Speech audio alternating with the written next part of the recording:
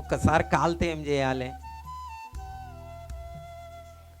Next time ఏం చేయొద్దు, పొయ్యి దాని జోలికి పోవద్దు, వదిలేసేయాలి.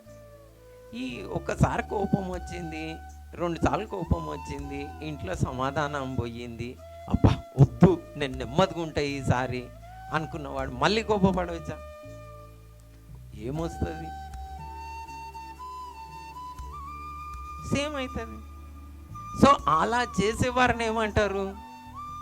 ఫూల్ అంటారు.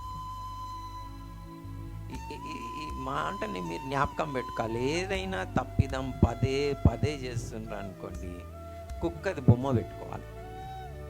అది జర ఆ వాంతి తినే బొమ్మను పెట్టుకోవాలి. లేకపోతే కుక్క బొమ్మను పెడితే అందరు మంచిది అనుకుంటారు. కానీ కుక్క వాంతి తినే బొమ్మ పెట్టుకున్నారు అనుకో, అరే ప్రభా నేను కూడా ఇట్లనే చేస్తున్నా, ఫూల్ని, నేను పెద్ద ఫూల్ని,